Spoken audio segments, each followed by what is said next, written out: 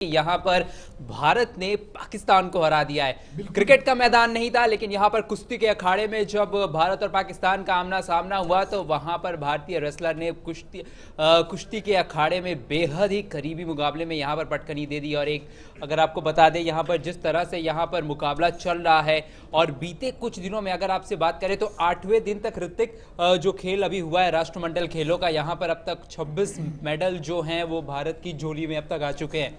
और आज भी अब तक यहाँ पर अगर बात कर ले तो एक सिल्वर मेडल भारत की झोली में आया यहाँ पर 3000 मीटर के स्टेपल में। और उसके साथ ही साथ अगर यहाँ पर बात करें तो 3 पहलवान, क्योंकि 6 गोल्ड मेडल यहाँ पर दांव पर लगे हुए हैं, गोल्ड मेडल यहाँ पर। और उनमें से अभी तक ये जो 3 पहलवान हैं वो भी रेसलिंग में यहाँ पर फाइनल मुकाबले में पहुंच चुके हैं।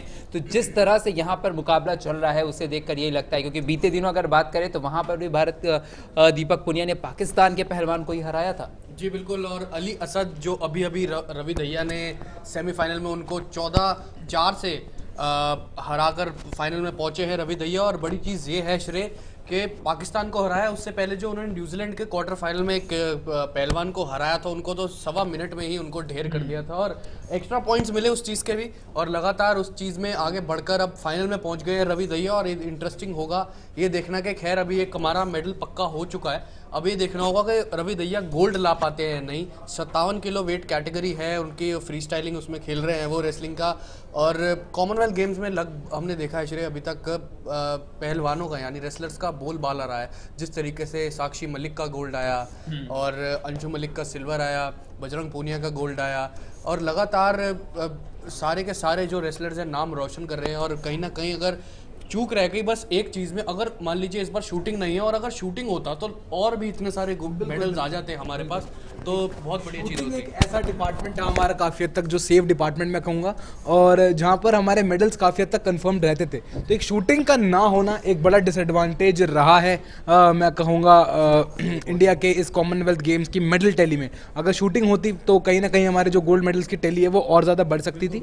लेकिन बात होगी रवि दहिया की। रवि दहिया का जो परफॉर्मेंस था कांटे की टक्कर थी मुकाबलों में। अगर हम जो मैचेस देख रहे थे, हम जब नोटिस कर रहे थे, काफ़ी ज़्यादा एक कंपटीशन मिल रहा था रवि दहिया को। लेकिन जो बेस्ट होगा वो जीतेगा, और वहाँ पर प्रूव करके दिखाया रवि दहिया ने कि वो बेस्ट थे। हाँ बिल्कुल, क्योंकि और जिस तरह से यहाँ पर ऋतिक ने बात की है, अभी भी यहाँ पर मुक्केबाजी के आज 5 मुकाबले हैं, 5 अहम मुकाबले। एक यहाँ पर अगर बात कर दे तो सागर उतरने वाले हैं, अमित पंघाल का मुकाबला यहाँ पर सेमीफाइनल का होने वाला। और उनके साथ साथ अगर देखें तो जो शुरुआत यहाँ पर भारत के वेट लिफ्टर्स ने दी थी इस पूरे इवेंट को, शुरुआत में मुझे याद है 6 यहाँ पर जब पदक आए तो उसमें से 5 पदक वो वेट लिफ्टर्स के ही थे। तो यही देखना है कि जिस तरह से मीराबाई चानू, जर्मी ने जिस तरह का प्रदर्शन करके दिखाया था, अब उस प्रदर्शन को यहाँ पर जो भारतीय पहलवान है जो कुश्ती के अखाड़े में उतर रहे हैं उन्होंने जारी रखा। और साथ ही साथ भारत के जो मुक्केबाज हैं उनका भी अब सेमीफाइनल मुकाबला शुरू होना है। जी बिल्कुल। और सबसे बड़ी चीज़ ये होगी कि हमें रवि दहिया को देखना है कि किस तरीके का परफॉर्मेंस करेंगे। जो अभी अभी उनका जो सेमीफाइनल का मुकाबला हुआ था अली असद से जो पाकिस्तान के, उसमें तो शुरुआत में ही अगर हम कह सकते हैं तो बहुत ज़्यादा काउंटर अटैक्स कर रहे थे रवि दहिया। बीच में जो अली असद है उन्होंने डिफेंड करने की कोशिश करी थी, 6-0 से पहले रवि दहिया आगे चल रहे थे, फिर उसके बाद से एकदम से अली असद ने बढ़त बनाई डिफेंड करके, वो भी काउंटर अटैक करने लगे। लेकिन जिस तरीके से रवि दहिया ने वापसी करी दोबारा से काउंटर अटैक करके, तो 10-2 हो गया था एक वक्त पर। फिर उसके बाद दोबारा से उन्होंने कुछ ऐसी मूव्स खेली जिससे 14-4 पर की लीड बनाकर वो फाइनल का रास्ता उन्होंने तय कर लिया। बिल्कुल। यहाँ पे पटेल राहुल हमारे साथ जुड़े हैं, वो कह रहे हैं कि भावना पटेल और सोनल बेन से काफ़ी उम्मीद है।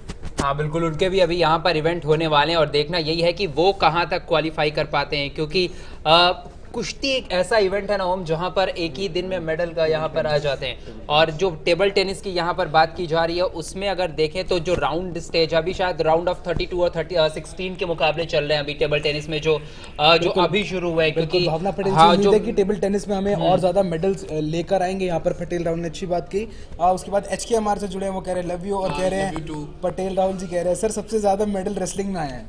हाँ बिल्कुल, अभी और ज़्यादा आ सकते हैं, क्योंकि आज के दिन में अगर देखें तो 6 मेडल दांव पर लगे हैं, कुल 6 गोल्ड मेडल है। तो अभी 6 आए हैं और आने वाले दिन में देखना यही है कि और कितने ज़्यादा आ सकते हैं। हाँ बिल्कुल, और कहीं ना कहीं आप देखिए पहलवानों को, चाहे वो मिट्टी पर खेलें चाहे वो मैट पर खेलें, अब तो खैर अब जो रिसेंट करंट उसमें अगर हम देखें एरा में तो सब मैट पर ही खेलते हैं, लेकिन जब खुद मिट्टी पर खेला करते थे तो वहाँ से ही नींव आई थी, नींव फाउंडेशन रखी गई थी। फिर उसके बाद लगातार मैट पर अच्छा परफॉर्मेंस कर रहे हैं। अब जैसे उन्होंने करंट एरा में अपने आप को ढाला, और कॉमनवेल्थ में गेम्स में आकर जिस तरीके का आप देख सकते हैं, जो एक्सक्लूसिव बातचीत हुई थी दीपक पूनिया की इंडिया न्यूज़ पर साथ में, उसका भी वीडियो शेयर करा है हमने। वहाँ पर भी देख सकते हैं कि किस तरीके से उन्होंने बताया कि 5 अगस्त की डेट कितनी महत्वपूर्ण है उनके लिए, क्योंकि जब 5 अगस्त पिछले साल ही उन्होंने एक मेडल गंवाया था और आज इस बार ही 5 अगस्त को गोल्ड अपना पहला कॉमनवेल्थ का नाम किया। तो ये बहुत बड़ी चीज़ है किसी भी खिलाड़ी के लिए।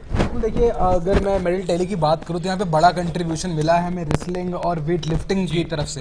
तो इन दो खेल की वजह से काफ़ी ज़्यादा जो मेडल्स की हमारे जो टैली है वो काफ़ी ज़्यादा बढ़ चुकी है। हाँ, और देखना यही है कि आने वाले वक्त में ये कहाँ तक जाती है, क्योंकि अभी भी अगर यहाँ पर बात करें तो मुक्केबाजी के बाकी है, एक लॉन बॉल्स का फाइनल आज होना है वो यहाँ पर बाकी है, क्योंकि अब ये फाइनल का मुकाबला है तो कम से कम सिल्वर की उम्मीद तो है ही यहाँ पर। लेकिन अब देखना यही है कि राष्ट्रमंडल खेलों में भारत का सफ़र कहाँ तक जाता है और रवि दहिया क्या यहाँ पर एक बार फिर से गोल्ड दिला पाते हैं भारत को या फिर नहीं।